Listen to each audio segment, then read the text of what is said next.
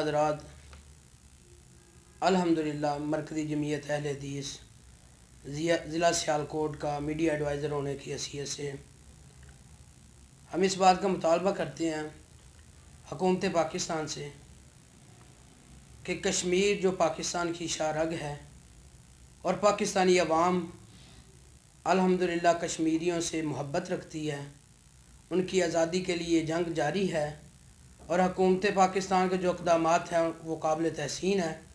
और हम हुकूमत पाकिस्तान से ये मुतालबा करते हैं कि आप कश्मीरियों के लिए आवाज़ उठाएं, कश्मीरियों के लिए आवाज़ उठाएं। हम आपके साथ हैं, ख़ुसूसन मरकज़ी जमीयत अहले हदीस पाकिस्तान। जिस प्लेटफार्म पर आप हमें बुलाएं, हम कुर्बानियाँ देने के लिए तैयार हैं।